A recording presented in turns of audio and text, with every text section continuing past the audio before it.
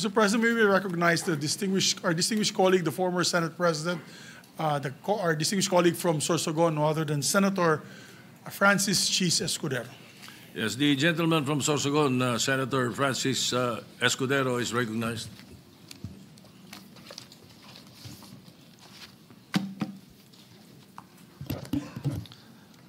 Thank you, Mr. Senate President. Thank you, distinguished Majority Floor Leader. I rise to make a brief manifestation in response to the events of recent days. Ginoong Pangulo, meron po tayong kasabihan sa wikang Pilipino. Kapag nagturo ka ng daliri sa iba, may tatlong daliri na nakaturo palagi pabalik sa iyo. Sa mga nakaraang linggo, malinaw na nililihis ang galit ng taong bayan tungkol sa mga ghost at substandard flood control projects mula sa mga totoong may kasalanan patungo sa Senado at sa ilang mga miyembro nito. Tila pilit na ginagawang panakipbutas, ika nga at fall guy, at diversyon ang mga senador palayo sa Kamara at sa mga tunay na may sala. Klarong-klaro po ang script nito. Ipitin ang tatlong dating DPWH officials, pakantahin sa kanila, mema banggit lang na senador, habang pinagtatakpan ang mga congressman na tunay na kasabwat nila sa mga lugar na ginagalawan nila. Simple ang patunay dito. Kapanipaniwala ba na wala silang kinausap na kahit isang congressman nakaupo na totoong may hawak ng mga distrito sa lugar na ginalawan nila sa hinaba-haba ng testimonya nila dito o sa Kamara? Banggit sila ng banggit, name drop sila ng name drop ng pangalan ng senador. Maski na klaro naman kung inyong papakinggan na wala silang masabing direktang nakausap o binigyan ng anuman. Lahat ito para lamang ipako ang mga senador sa media at sa publiko at ilayo ang atensyon sa Kamara at mga congressman. Bakit nga ba? Dahil tila mas malaking isda, ika nga, mas mataas, mas kilala ang mga senador kumpara sa congressman? Umaasa sila na maiibsan ang galit ng tao sa kanilang mga anomalya ukol sa flood control at tuluyan na silang makakatakas mula sa anumang pananagutan. Isang tao lamang, Ginoong Pangulo, ang nasa likod ng script at sarswelang ito. Siya ang dahilan ng kaguluhan, pagkakaaway-away, pagkakawatak-watak na ngayon yumayanig sa ating bayan, maprotektahan lamang ang sarili niya. Ang pangalan niya ay matagal nang bulong-bulungan sa bawat sulok ng bansa, pero ngayon, unti-unti nang sinisigaw ng taong bayan.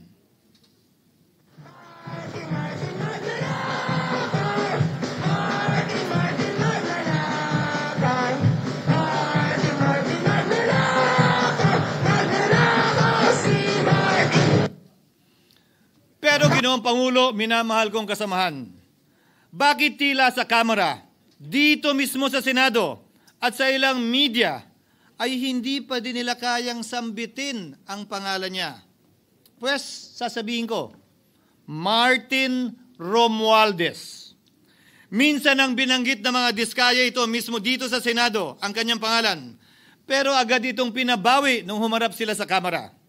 Binanggit ni Master Sergeant Gutesa ang kanyang pangalan. Pero ultimo notaryo, natunto nila at pinabawi nila ang pagnotaryo.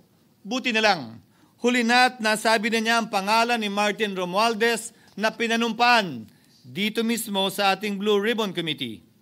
Hindi ba't si Ginoong Gutesa, hindi ba't si Sergeant Gutesa lamang ang bukod tanging testigo na walang kinalaman, hindi sangkot sa flood control issue, walang hininging immunity, deal o proteksyon kapalit ng kanyang pagtestigo? Siya ang kauna-unahang nagtestigo na personal na naghatid ng pera sa bahay mismo ni Martin Romualdez. Ang salaysay niya, Ginoong Pangulo, ay kumpirmasyon ng matagal nang isinisiwalat ni Congressman Chanco at Mayor Magalong kung sino ang ulo sa paglilimas sa kaban ng bayan na ating naririnig na rin. 13,803,693 with Congressman Saldico as proponent. For the record, ang binabanggit po nating Representative Elizaldico, siya po yung chairman ng House Appropriations Committee. Walang kaduda-duda yan. Ito nga, hirap na hirap silang banggitin pa yung isa sa mga mastermind nila dyan, si Saldico. Hirap na hirap pa silang banggitin. May isa pang mas mataas sa kanya? Hindi naman gagalaw yun kung walang... Siyempre, hindi naman gagalaw yun kung walang pahintulot yung mas mataas sa kanya. Just the House Speaker. Ginoong Pangulo, pahintulutan niyo po ako magkwento ng konti upang patotohanan ang mga salitang ito. Taong 2023 nung tinalaga si Ginoong Kiko Laurel bilang kalihim ng kagawaran ng agrikultura. Bilang suporta sa kanyang mandato, tinanong ko noon ang isang simpleng katanungan sa budget process natin. Bakit mas malaki ang pondo ng flood control kesa sa agrikultura? Why is it that the budget for flood control is bigger than the budget of the Department of Agriculture or the agriculture sector as a whole? The fifth biggest allocation, not even a department, is flood control. And allocating a measly 31 billion for irrigation, for rice. Why? Pagkatapos po noon, tinulungan ko siyang bawasan ng flood control budget at idagdag sa 2024 budget ng Department of Agriculture. Aniya, tumawag daw sa kanya si Congressman Zaldico dahil pinapatanong daw ni Speaker Romualdez, bakit binawasan ang pondo ng flood control? Ngunit wala nang nagawa si Congressman ko dahil sinabi niyang pasayan ng Pangulo. Nung termino ko rin po bilang Pangulo ng Senado, maraming beses po akong tinanong ni Pangulong Bongbong Marcos tungkol sa panukalang budget para sa 2025. Sinabi ko po sa kanya ang buo at tapat na katotohanan para malaman po niya ang tunay na larawan at sitwasyon ng pambansang budget para sa taong yon. Ito marahil, Ginoong Pangulo, minamahal kong kasamahan, ang isa sa mga dahilan kung bakit pinag-utos ng Pangulo ang pag-veto at pag-for late release o FLR at pag-hold ng malaking bahagi ng budget nila. Marahil, isa rin ito sa mga dahilan kung bakit ninais ng Pangulo na matanggal si Congressman Zaldico bilang chairman ng House Committee on Appropriations dahil sa mga inilahad ko at marahil na-discover din ng Pangulo kaugnay sa 2025 budget. Hindi malayo, Ginoong Pangulo, na naganap din ang mga ito noong 2023, 2024 at mga nauna pang budget kung saan napakaraming ghost at substandard projects ayon kay Secretary Vince Dizon at ayon mismo sa talumpati ng ating kasamahan na si Senator Ping Lacson. Ngunit marahil ay walang naglakas loob na sabihin ng katotohanan kay Pangulong Marcos o magsumbong sa kanya kaugnay sa ilang mga bagay na ito bago ako.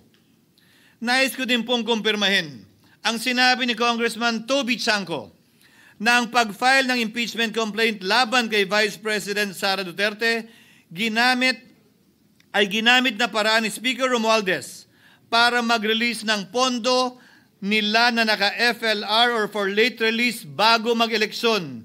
Maski na alam po niya na hindi po ito kayang talakayin ng Senado hanggang sa Hunyo pa mula nung simula. Ulitin ko, ginamit ni Martin Romualdez ang FLR at ang pangalan ng Pangulong Marcos upang itulak ang kanilang unconstitutional na impeachment complaint. Sabi nila, pumirma kayo dahil kung hindi lalabas ang pondo nyo na naka-FLR bago mag-eleksyon. Subalit, Ginoong Pangulo, hindi ito umubra. Hindi ito umubra dahil tinanggihan ito ni PBBM. Sinabi niyang walang ganyang uri ng usapan at sinabi niyang hindi niya gagawin yon. Kaya't hanggang ngayon, nananatili pa rin for late release ang mga questionableng pondo nila. And that is why, Mr. President, distinguished colleagues, at the height of the impeachment controversy, and amidst the passion of some sectors to remove the Vice President at all costs, I urged prudence and level-headedness because I knew that greed and not accountability was the reason behind it. In the end, Mr. President, the Supreme Court vindicated us. The Supreme Court vindicated us by saying, among others, quote, "There is a right way to do the right thing at the right time. This is what the rule of just law means." Close quotations. Ginoong Pangulo, sinisi po sa akin ni Speaker Romualdez ang pagkakatanggal kay Congressman Zaldico. Sinisi po niya sa akin ang pag-FLR or for late release ng kanilang mga proyekto.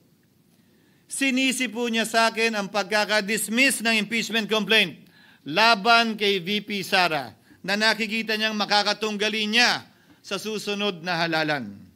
Sinisi din niya po sa akin ang pagkakasira ng kanilang maitim na balakin sa 2025 budget na nagawa nila ng walang balakid na mga nagdaang taon. Ginoong Pangulo, naging tapat ako at ginawa ko lamang ang aking tungkulin. Kung ano ang tingin kong tama at nararapat para sa bansa at sa sambayanan. Subalit, sa kabila po nito, nagsimula na ang lahat ng bira, paninira at kaso laban sa akin at sa Senado. At ang nasa likod ng lahat ng ito, walang iba kung hindi si Martin Romualdez. Ika nga ni Mayor Magalong na ngayon lamang nakita ko sinisiraan na rin ngayon. Bakit ko ba nilabanan at binisto sila Speaker Romualdez mula noon hanggang ngayon kung kasabwat at kasapakat lang din nila ako? Hindi ko po gagawin yun. Sa sangkig ng tennis court, ang nasabing gusali sinimulang pinatayo noong ika-6 ng Oktubre taong 2022 at ang kontraktor, ang St. Gerard Construction na pagmamayari ng mga diskaya na nasangkot ngayon sa mga maanumalyang flood control projects. Dahil dito, kwenasyon ng ilan ang pagiging special advisor ni Mayor Benjamin Magalong sa ICI. Lalabanan ko ba yung ang lalakas na yan, sila Speaker? Lalabanan ko ba yung mga mayayaman na yan? Kung ako'y bulok, I fought for what is right. Ano nga ba ang ginawa nila sa akin?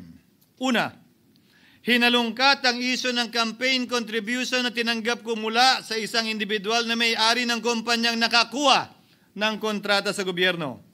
Inipit niya ang budget ng COMELEC sa Kamara dahil dito at binusisi ang di umano kaso kong ito. Subalit, Ginoong Pangulo, tulad ng sinabi ko sa simula ng aking talumpati, kapag ka nagturo ka ng daliri kanino man, may 3 daliring nakaturo pabalik palagi sa iyo. Anong nangyari? Hindi ba't biglang may lumabas na ulat ang PCIJ na ang dami naman palang opisyal, hindi lang senador, mas mataas pa ang tumanggap din ng ganung uri ng kontribusyon noong 2022 elections? Ang tanong ko ay simple. Kung legal at walang mali sa ginawa nila, edi dapat legal din at tama ang ginawa ko. Pero bakit ako lang ang iniimbestigahan tungkol dito? Higit pa doon, Ginoong Pangulo, hindi ba tayon kay Mayor Magalong merong 67 na miyembro ng Kamara na kontraktor? Ito po ay mga miyembro ng Kamara na may construction firm na nakakuha ng kontrata sa gobyerno. Kung bawal talaga ito, ibig sabihin ba niyan, bawal na nilang gastusin ang sarili nilang pera para sa kanilang sariling kandidatura? Bakit hindi din binubusisi yun? Bakit hindi inaalam yun? Ako lang talaga? Pangalawa, inintriga ni Martin Romualdez ang dating liderato ng Senado dahil sa pagkakaupo at pagdinig ni Senator Marcoleta sa Blue Ribbon Committee dahil marahil sa pananaw niya ay hindi siya safe kay Marcoleta. Ngunit, Ginoong Pangulo, sa hindi niya inaasahang pagkakataon, nung araw ding yun, nagsalita ang mga diskaya, pinangalanan ng 17 congressman na kasosyo niya, kabilang ang pagbanggit na naman ng pangalan ni Martin Romualdez. Karamihan sa mga kawani ng DPWH na nabanggit sa itaas ay paulit-ulit na binabanggit ang delivery ng pera ay para sa kay Zaldico na dapat at least 25%. Si Kong Marvin Rillo naman ay ilang beses na binabanggit ang pangalan ni Speaker Martin Romualdez bilang kanyang malapit na kaibigan. Isa na naman po itong patunay, Ginoong Pangulo. Kapag ka nagturo ka ng daliri sa iba, may 3 daliring nakaturo pabalik sa'yo. Pangatlo, sa pagdinig ng Blue Ribbon Committee kung saan niname drop ako ni Yusek Bernardo, bagaman inamin niyang personal na mismo na hindi niya rekta kung nakausap o binigyan ng anuman, bigla namang tumestigo si retired Master Sergeant Gutesa at muling pinangalanan si Martin Romualdez na hinahatiran daw niya ng pera sa mismong bahay nito. Ang bawat malita ay may lamang humigit kumulang 48 million pesos. Kalimitang dinadala sa bahay ni Congressman Saldico, ibababa lamang namin ay 35 malita para i-deliver sa bahay ni House Speaker Martin Romualdez. Gamit ang script niya sa pagturo sa akin, ayan na naman. May 3 daliring nakaturo palagi pabalik sa kanya tuwing ginagawa niya yan.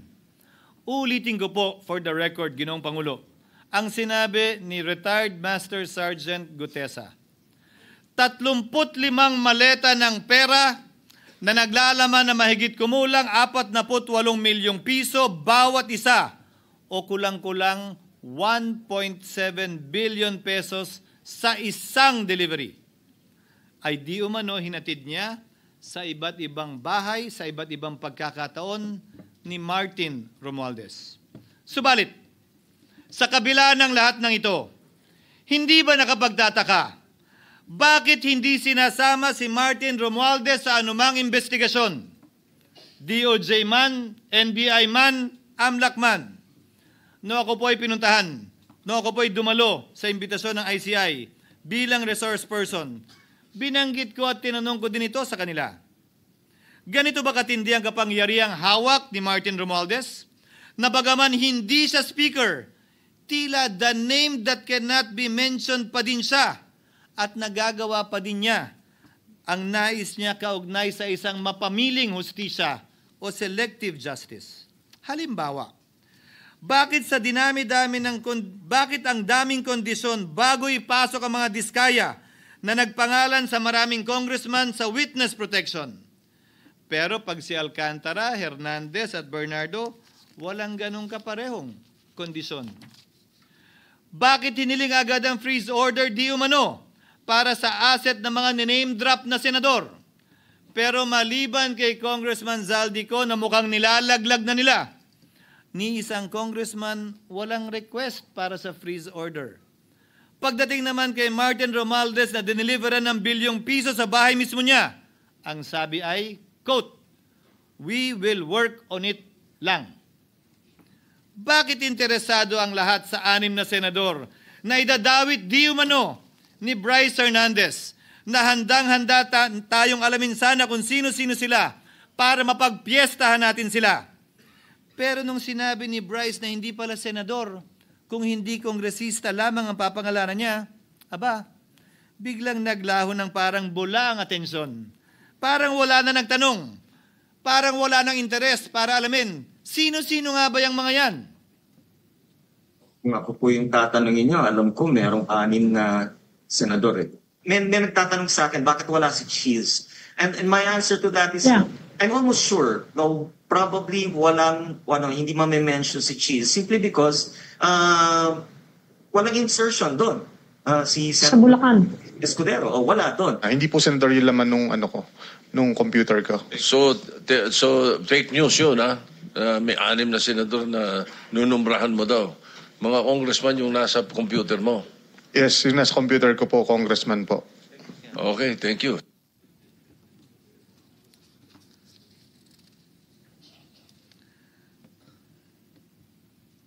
Nagkataon lang ba, Ginoong Pangulo, na ang mga nakaupong senador na dinidiinan sa ngayon ay ang dating Pangulo, dating pro tem, dating punong mayoriya ng Senado, na lahat nagkataon din lang ba na bumoto kontra sa depektibong impeachment ni Vice President Duterte o talagang tinumbok lang kami? In other words, Mr. President, are we truly for transparency and accountability, or are we merely offering a politically convenient sacrificial lamb in an attempt to appease the rage of the people? What is painful, Mr. President, is that along the way, reputations have been disparaged and tarnished. Innocent persons have been implicated, and the Senate is slowly but surely being destroyed. Nagkataon lang po ba na ang lahat ng ito o ito'y sumusunod sa isang script, direksyon at basbas ni Martin Romualdez? Sa kanyang script na naglalayong ilihis ang galit ng bayan mula sa kanya at sa mga kasabwat niya at ituro ito sa Senado at mga senador. Ginoong Pangulo, ang script at sarswelang ito ay di uubra dahil napakalayo po nito sa katotohanan. Napakasama sa panlasa at tinitiyak ko sa inyo, hindi po ito matatanggap at lulunukin ng sambayanang Pilipino. I've been in public service for 27 years. I've never been accused nor charged with corruption. This is the sterling record which they are trying to tear down, and I tell you, they will not succeed. I will defend myself, Mr. President, against these malicious and false allegations. In fact, I have already filed and will be filing necessary and appropriate charges against my accusers and prove them wrong. And with the help of the Almighty, I will be vindicated and declared innocent, I am sure. Kaya ko po ipagtanggol ang sarili ko, Ginoong Pangulo. Ngunit, Ginoong Pangulo, sino po ang nagtatanggol sa ating institusyon? Kaya't ang aking tanging hiling po sana sa inyo, Ginoong Pangulo, at sa ating mga kasamahan sa Senado. Labanan po ninyo at huwag niyong pahintulutang ang mapamiling hustisya na lantarang nangyayari sa harap natin ngayon. For what is happening now is selective justice and mob justice. Members of the Senate have been thrown off a cliff before the court of public opinion in an attempt to mollify the people's rage, thereby covering up the real perpetrators and giving them a chance to get away. Mr. President, I will not allow justice to be weaponized against the innocent to protect the guilty, because this corrodes the legitimacy of the law before our people's eyes. Wala pong naniniwala, bagkus lahat nagtatanong, bakit walang congressman na kasama sa investigasyon? But what about the other congressmen in Bulacan? Why haven't they been questioned? Called out, yeah. You think that they do not know what's going on? Ginoong Pangulo, mga minamahal kong kasamahan, huwag po tayong sumunod sa script ni Martin Romualdez. Labanan po natin ang script na ito. Pasagutin at imbestigahan lahat ng niname drop at nabanggit, congressman man, senador man at iba pang opisyal, at dapat kasama dito si Martin Romualdez. Ginoong Pangulo, hindi ba natin nakikita na pili tayong pinag-aaway-away? Mayaman, mamamayan laban sa lingkod bayan, lokal laban sa nasyonal na opisyal, congressman laban sa kapwa congressman, at ngayon, senador laban sa kapwa senador, pamilya laban sa pamilya, Pilipino laban sa kapwa Pilipino. Ginoong Pangulo, tandaan po natin, mas madaling manipulahin at ang nag-aaway at nagkakawatak-watak na bansa. At ito ang eksaktong gusto nilang mangyari. Ito, sa aking paniniwala, ay bahagi pa din ng script at sarswela na nais palaganapin ni Martin Romualdez upang lituhin, guluhin, linlangin at sirain ang ating lipunan at bansa para lamang huwag siyang mabisto. Sana ay huwag nating payagang mangyari ito.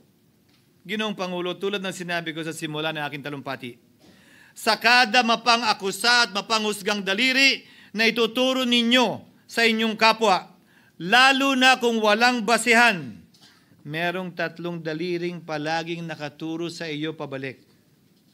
Sana po, maging mapanuri tayo. Huwag dali-daling magturo at maghusga dahil lamang sa napakinggan. Huwag tayong sumabay, kumampi, at magpadala sa script at sarswela ni Martin Romualdez. Kung kayo ay kakampi ni Martin Romualdez, pues sumunod kayo sa gusto nila. Una, maniwala kayo sa mga sinasabi ng testigo niya na nagtuturo lamang sa mga senador. Pangalawa, ibuhos niyo ang galit niyo sa Senado at ng mga senador at palayo kay Martin at sa mga congressman. Pangatlo, pagdudahan at sirain niyo si Sergeant Gutesa na bukod tanging hindi nakinabang at walang bahid at hiningi anumang kapalit sa pagsabi ng katotohanan. Pangapat, huwag niyong payagang mabanggit man lang ang pangalan ni Martin Romualdez. Panglima, huwag niyong payagang ipatawag si Martin Romualdez sa anumang investigasyon. Pang-anim, huwag niyong payagang imbestigahan si Martin Romualdez at mga kasamahan niya saan mang lugar.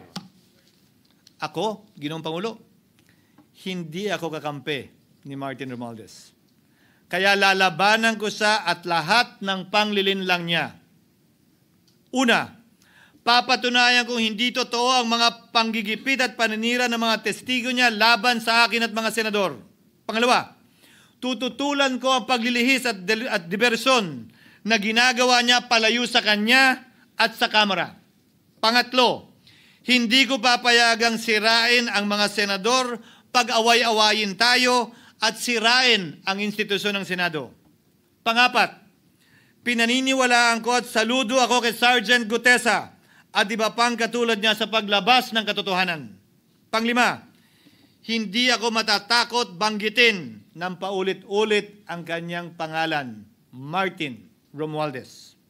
At ipaglalaban kong ipatawag at imbestigahan si Martin Romualdez at lahat ng kanyang mga kasangkot at kasama. Ginoong Pangulo, mga minamahal kong kababayan, kung nais niyong lumitaw ang katotohanan, kung nais niyong panagutin ang tunay na salarin, kung nais po niyong makulong ang tunay na may kasalanan, huwag ninyong kampihan si Martin Romualdez. Punitin natin ang script ni Martin Romualdez. At higit sa lahat, huwag magpadala, huwag sabayan, huwag maniwala sa sarswela na nilalako ni Martin Romualdez. Maraming salamat po, Ginoong Pangulo, at magandang hapon po sa ating lahat. Thank you, Senator Francis Chis Escudero.